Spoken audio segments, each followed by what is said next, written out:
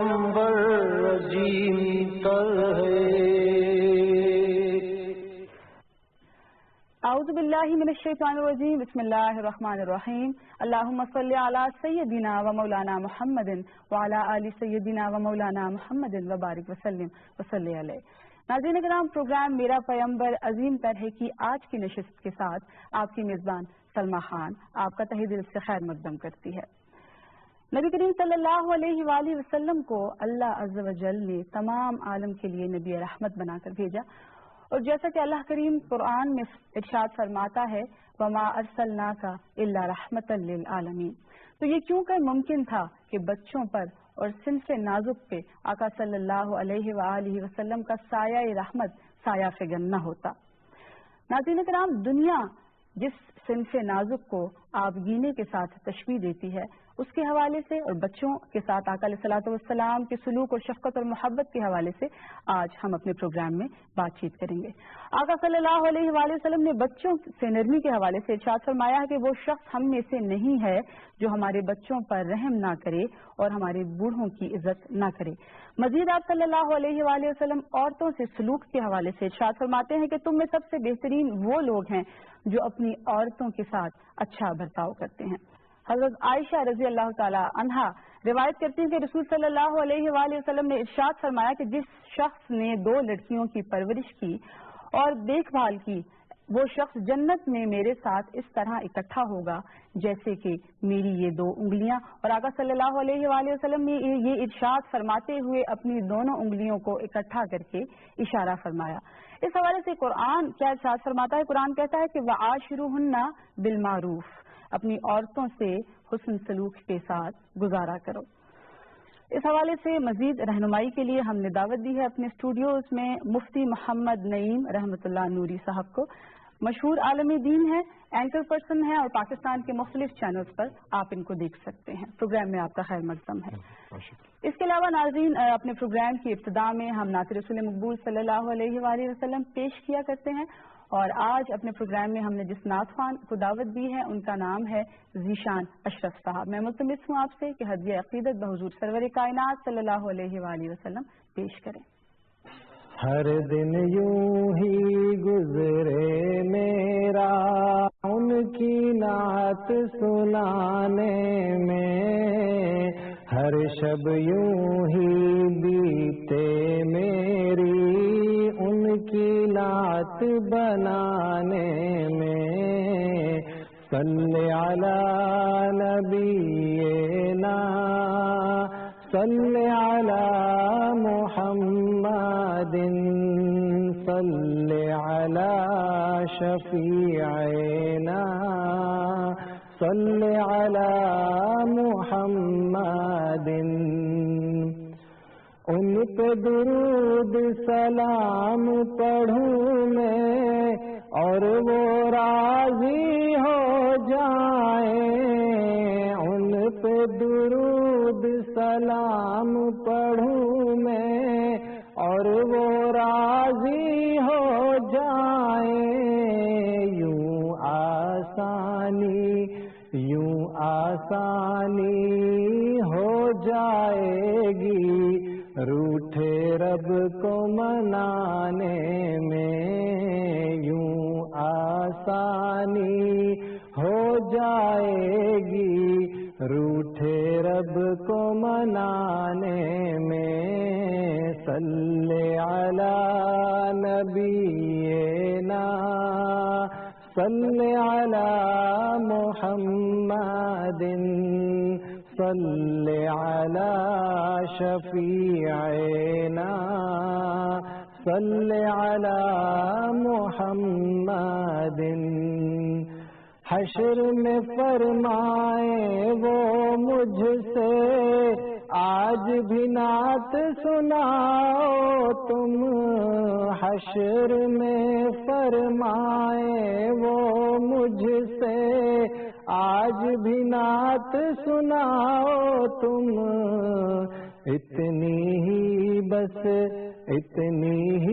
بس دیر ہے باقی تیرے جنت جانے میں، اتنی ہی بس دیر ہے باقی تیرے جنت جانے میں صلی علی نبینا صلی علی محمد صلی علی شفیعنا صلی علی محمد ان پہ درود پڑھوں میں اتنا جتنی میری سانسیں ہیں ان پہ درود پڑھوں میں اتنا جتنی میری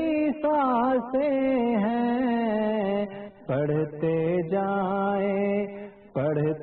جائیں صلی علی ہم سانس کے آنے جانے میں پڑھتے جائیں صلی علی ہم سانس کے آنے جانے میں صلی علی نبینا صلی علی محمد صلی علی شفیعنا صلی علی محمد. مفتی صاحب آپ کی جانب بڑھوں گی، موضوع کے حوالے سے آپ سے ہم بات چیت کریں گے اور آپ کے علم و فضل سے ہم استفادہ کریں گے. بعثت مصطفیٰ صلی اللہ علیہ وآلہ وسلم سے قبل اہل عرب کے ہاں بچوں اور عورتوں کی معاشرتی حیثیت کیا تھی؟ بسم اللہ الرحمن الرحیم. قال اللہ تعالیٰ فی الکلام الحکیم والفرقان المجید وما ارسلناک الا رحمۃ للعالمین. وقال رسول اللہ صلی اللہ علیہ وسلم من یرحم الرفق یحرم الخیر کلہ او کما قال علیہ الصلوۃ والسلام. بہت شکریہ آج کے اس پروگرام میں دعوت دینے کا، اور آپ کی ماشاءاللہ بھی جو ابتدا کی گفتگو تھی بڑے جچے تلے الفاظ تھے. اللہ تعالیٰ مزید برکت عطا فرمائے. اس ٹاپک کے حوالے سے نبی پاک صلی اللہ علیہ وسلم کی جو سیرت کے حوالے سے جو گفتگو ہو رہی ہے آج اس دور میں ضرورت ہے کہ ہم حضور کی سیرت کی طرف رجوع کریں. بے شک نبی پاک صلی اللہ علیہ وسلم کو اللہ پاک نے مکہ المکرمہ میں مبعوث فرمایا. آپ اللہ کے محبوب ہیں، آخری نبی ہیں. سب سے پہلے میں ابتداً یہ عرض کرتا جاؤں کہ حضور علیہ السلام کو مکہ المکرمہ میں ہی کیوں بھیجا گیا. اگر آپ جغرافیائی طور پہ دیکھیں تو مکہ جو ہے خط استوا کے اوپر واقع ہے. خط استوا پہ دونوں طرف دنیا جو ہے نا برابر شمار کی جائے گی. اور دوسری بات یہ ہے کہ قرآن کریم میں اللہ تعالیٰ نے فرمایا للذی ببکۃ مبارکہ، یہ جو مکہ ہے یہ برکتوں اور رحمتوں اور عطاؤں اور بخششوں کا مرکز مقام ہے. نبی پاک صلی اللہ علیہ وسلم کو وہاں بھیجا گیا. اس سے پہلے جتنے انبیاء کرام آئے ہیں ان میں اگر دیکھا جائے تو ہر نبی اپنے دور کے مطابق معجزہ لے کے آئے ہیں. مثلا جناب سیدنا حضرت موسیٰ علیہ السلام آئے تو جادو اس وقت عروج پہ تھا، تو خالق کائنات نے جناب موسیٰ علیہ السلام کو وہ طاقت وہ عزت عطا فرمائی جو جادوگروں کے پاس نہیں تھی. عیسیٰ علیہ السلام تشریف لائے تو طب ڈاکٹری جو تھی علم طب عروج کے اوپر تھا. مطلب وہ ہر بیماری کا علاج اس وقت کرتے تھے. 3 بیماریوں کا علاج، 3 چیزوں کا علاج ان کے پاس نہیں تھا. پہلا یہ کہ کوڑا جو بندہ کوڑی جو ہو جاتا تھا، جزام والا ہو جاتا تھا، اس کا علاج پاسبل نہیں تھا ان کے پاس. اور دوسرا یہ کہ اندھے کو وہ آنکھ نہیں دے سکتے تھے. تیسرا یہ تھا کہ جو بندہ مر جاتا تھا تو ان کے پاس یہ تھا کہ موت کا علاج ہمارے پاس کوئی نہیں. اللہ تعالیٰ نے موسیٰ علیہ السلام کو معجزہ عطا فرمائے کہ جزام والوں کو ہاتھ پیر تھے تو شفا مل جاتی تھی. اور اسی طرح آپ نے اپنے اللہ تعالیٰ کی عطا کے ساتھ جو آپ کا معجزہ خاص معجزہ تھا کہ آپ نے مردوں کو بھی زندہ کیا ہے اور آپ نے کوڑے ہیں ان کو شفا بھی عطا فرمائی ہے. تو اس حوالے سے ہمارے نبی پاک صلی اللہ علیہ وسلم جب تشریف لائے تو اس وقت انسانیت پس رہی تھی اور نظام برباد ہوا تھا، معاشرہ فنا ہو چکا تھا. معاشرتی برائیاں ایسی المناک تھیں کہ جن کو تاریخ انسانی دہراتے ہوئے بھی شرم آتی ہے. میرے آقا کریم صلی اللہ علیہ وسلم ایک تو مکہ المکرمہ میں آئے، اس لیے آئے کہ مکہ پاک کو آباد فرمائے، اور دوسرا حضور کو اللہ تعالیٰ نے ابھی جو میں نے آیت پڑھی اور آپ نے بھی پڑھی کہ وما ارسلناک الا رحمۃ للعالمین، حضور رحمت للعالمین. اور عالمین میں یہ عرض کرتا جاؤں، مفسرین کرام یہ فرماتے ہیں کہ عالمین ایک نہیں، ہم اس کا ترجمہ کرتے ہیں دونوں جہانوں کے لیے. بیسیکلی تفسیر کے اندر امام جلال الدین سیوطی رحمۃ اللہ علیہ جیسے بزرگ جلالین میں فرماتے ہیں کہ نبی پاک صلی اللہ علیہ وسلم دونوں جہان نہیں صرف، بلکہ حضور 18,000 جہانوں کے لیے رحمت بن سبحان اللہ سبحان اللہ.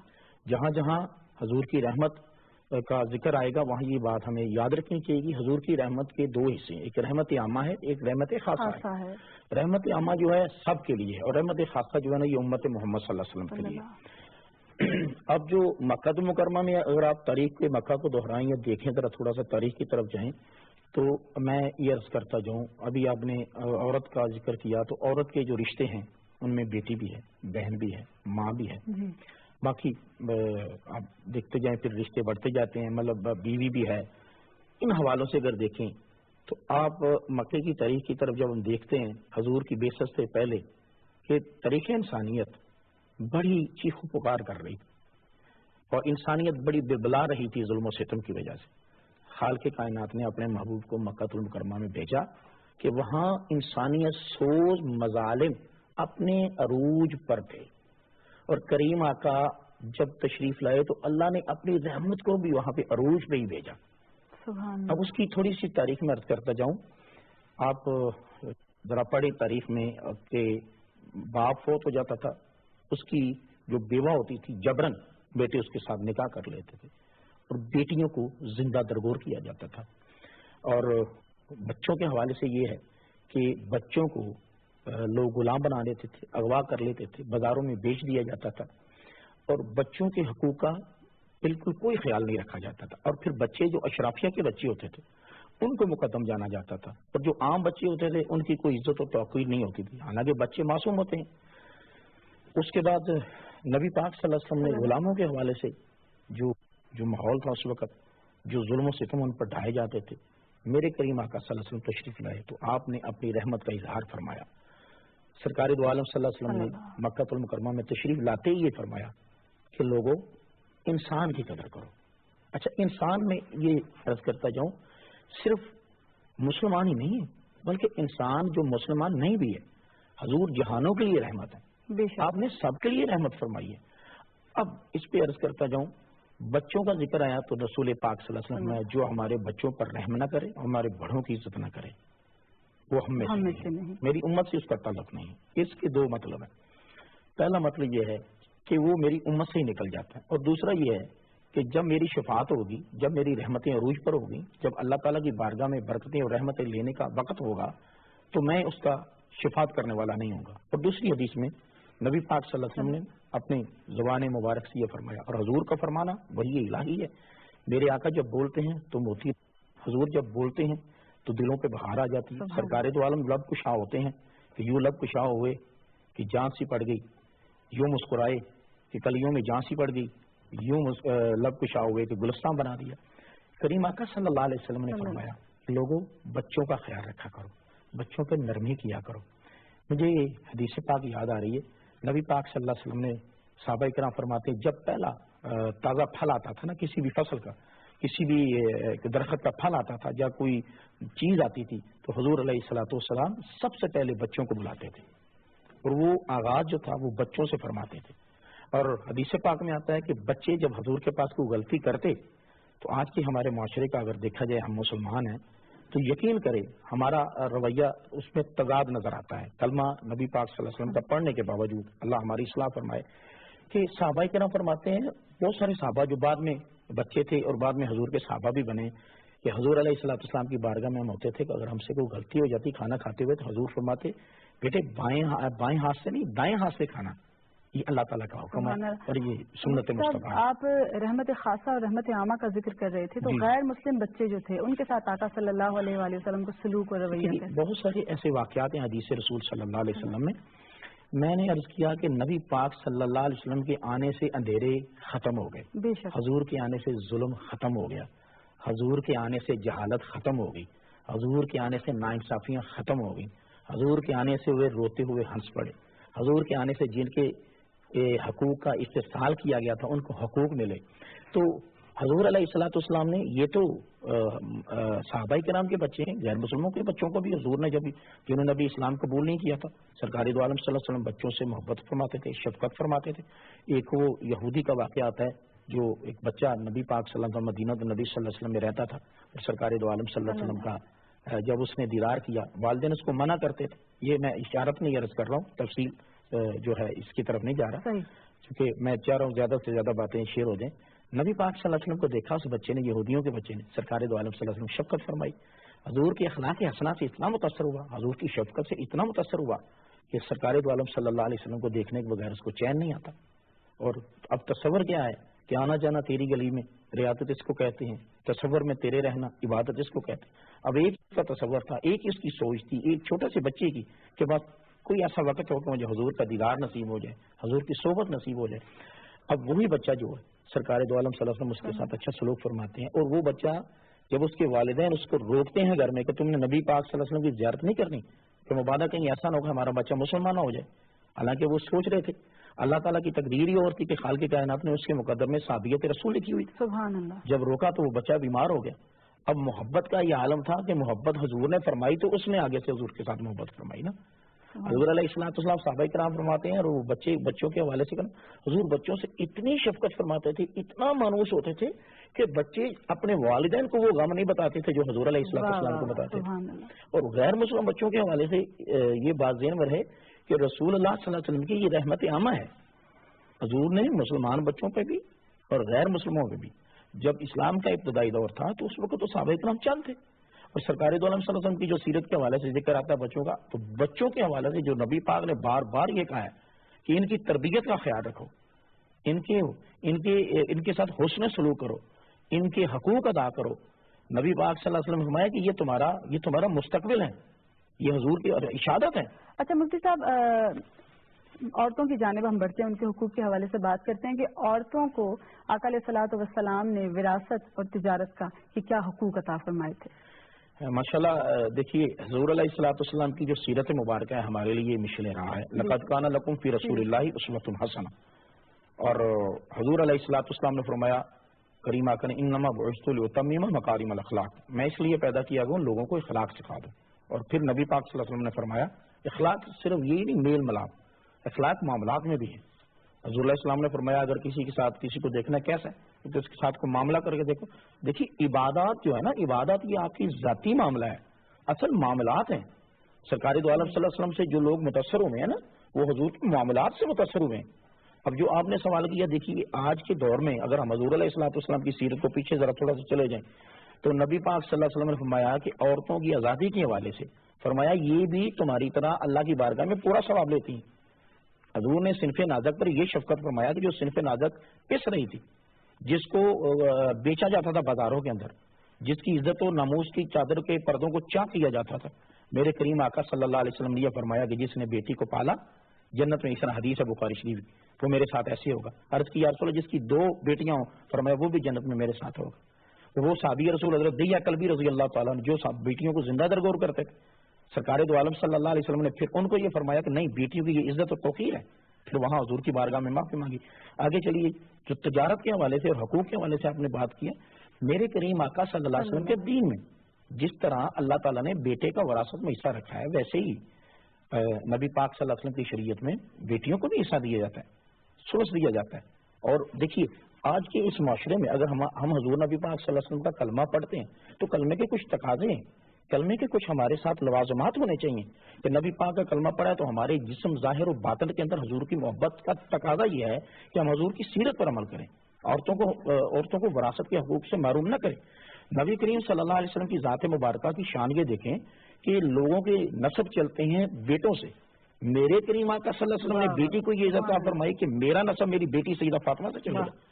اچھا اب یہ یاد رکھیے گا، حضور علیہ السلام میں لوگوں عورتوں کے معاملے میں اللہ تعالیٰ سے ڈرو، اتقوا اللہ فی النساء، لوگوں اللہ تعالیٰ سے ڈرو لوگوں عورتوں کے معاملے، کیونکہ جتنا ظلم و ستم ان پر کیا جاتا تھا سرکار دو عالم نے اتنی ہی ان کو عزت عطا فرمائی. اور آپ تجارت کے حوالے سے دیکھیے سیدہ خدیجہ الکبریٰ رضی اللہ تعالیٰ عنہ، سرکار دو عالم صلی اللہ علیہ وسلم اپنے ابتدائی دور میں خود سیدہ خدیجہ الکبریٰ کا مال لے کر گئے ہیں شام میں بیچنے کے لیے. اگر خدا نہ کرے کہ نبی پاک صلی اللہ علیہ وسلم اس کو ناپسند فرماتے تو منع فرما دیتے. حضور علیہ الصلوۃ والسلام نے ایک عورت کے ساتھ تجارت کر کے یہ بتایا کہ عورتوں کو تجارت کرنے کی بھی اجازت ہے اور عورتوں سے تجارت کرنا یہ مصطفیٰ کریم کی سنت بھی ہے. اچھا مفتی صاحب، بہت خوبصورت انداز میں آپ نے اس چیز کو بیان فرمایا. آج کے معاشرے میں ہم دیکھتے ہیں کہ بے جا تشدد اور انتشار پایا جاتا ہے، تو نبی کریم صلی اللہ علیہ وآلہ وسلم کی اسوہ کی روشنی میں آپ کیا پیغام دینا چاہیں گے اس حوالے سے؟ دیکھیے جی، نبی پاک صلی اللہ علیہ وسلم کا جو اسوہ حسنہ ہے یہ پستے ہوئے لوگوں کے لیے پیغام زندگی ہے، بے شک یہ معاشرتی جہالتوں کے لیے ایک نور ہے۔ حضور علیہ الصلوۃ والسلام صلی اللہ علیہ وسلم کا ہم کلمہ بھی پڑھتے ہیں، محبت کا دم بھی بھرتے ہیں، خدا کرے کہ ہمارے رگو ریشے میں ان کی محبت نظر بھی آئے، اور اس کی حضور کی محبت کا تقاضا یہ ہے کہ جو حضور علیہ الصلوۃ والسلام نے زندگی گزاری ہے ہم وہی زندگی گزاریں۔ تو یہ جو تشدد بچوں پر، عورتوں پر، صنف نازک پر، کوئی بھی ہو، میں بحیثیت ایک مرد کی عرض کرتا ہوں، آج کے اس دور میں بھی عورتوں کے ساتھ بہت سارے ایسے معاملات ہیں جن کو معاشرے کی اگر تصویر کو دیکھیں تو یقیناً ہمیں بھی شرمندہ ہونا پڑتا ہے۔ مسلمان معاشرے کے اندر بھی عورتوں کے ساتھ ایسے ہی معاملات روا رکھے جاتے ہیں۔ تو عورتوں کے ساتھ جو تشدد ہے، حضور علیہ الصلوۃ والسلام نے فرمایا کہ لوگوں وہی فرمان مبارک بار بار اگر اس کو زندگی میں رکھا جائے کہ عورتوں کے معاملے میں اللہ سے ڈرو۔ عورت بیٹی بھی ہے، عورت بہن بھی ہے، عورت ماں بھی ہے، عورت بیوی بھی ہے، عورت نانی بھی ہے، عورت دادی بھی ہے، عورت خالہ بھی ہے۔ حضور نے سب کو برابر برابر عزت عطا فرمائی ہے۔ اور میں ایک عرض کرتا جاؤں، نبی پاک صلی اللہ علیہ وسلم کی بارگاہ میں ایک صحابی رسول آتا ہے، عرض کرتا ہے باب الجہاد کی یہ حدیث ہے، یا رسول اللہ صلی اللہ علیہ وسلم میں جہاد کرنا چاہتا ہوں۔ ایک روایت یہ ہے تو سرکار دو عالم صلی اللہ علیہ وسلم نے فرمایا جا ماں کی خدمت کر، یا رسول اللہ میں جہاد کرنا چاہتا ہوں، فرمایا ماں کی خدمت کر۔ پھر عرض کی یا رسول اللہ صلی اللہ علیہ وسلم میں جہاد کرنا چاہتا ہوں، فرمایا ماں کی خدمت کر۔ عرض کی یا رسول اللہ میری ماں نہیں ہے، فرمایا تیری خالہ ہے، جی یا رسول اللہ ہے، فرمایا جا ماں خالہ کے ساتھ نیکی کر تو جی اللہ ماں کی خدمت کا ثواب عطا فرمائے۔ سبحان اللہ۔ اور دوسری روایت یہ ہے کہ ایک شخص حضور کے پاس گیا، یا رسول اللہ صلی اللہ علیہ وسلم میں جہاد کرنا چاہتا ہوں۔ جہاد ذرا تصور کریں اس کے پیچھے جو اس کی میننگ، اس کے جو مفہوم ہے جہاد کا، جو اس کے کٹن مراحل ہیں اور جو اس کی جان فشانی ہیں، جو اس کی قربانیاں ہیں، جو اس کی اندر جان جانے کا جو ایک ایلیمنٹ ہے، آپ سوچیے ذرا۔ پھر حضور علیہ السلام نے کہ تمہاری جان جانا اور ماں کی خدمت کرنا یہ برابر ہے۔ سبحان اللہ، سبحان اللہ مفتی صاحب، سبحان اللہ۔ بہت خوبصورت انداز میں آپ نے گفتگو فرمائی۔ آقا صلی اللہ علیہ وسلم کا ذکر خیر، ایسا ذکر کہ تا حیات بھی ہم وہ ذکر کرتے رہیں، تو حق ادا نہ ہو۔ ہم کا وقت جو ہے وہ اس وقت اپنے اختتام کو پہنچا۔ بہت بہت شکریہ آپ کی تشریف آوری کا۔ اللہ کریم آپ کے علم و فضل اور آپ کی توفیقات میں اضافہ فرمائے۔ عزیز کرام، آج کا پروگرام میرا پیغمبر عظیم تر ہے یقیناً آپ کے لیے سود مند ثابت ہوا ہوگا۔ اگلے پروگرام تک کے لیے اپنی میزبان سلمہ خان کو دیجیے اجازت۔ السلام علیکم ورحمۃ اللہ۔ بشر نہیں عظمت بشر ہے، میرا رحمت للعالمین۔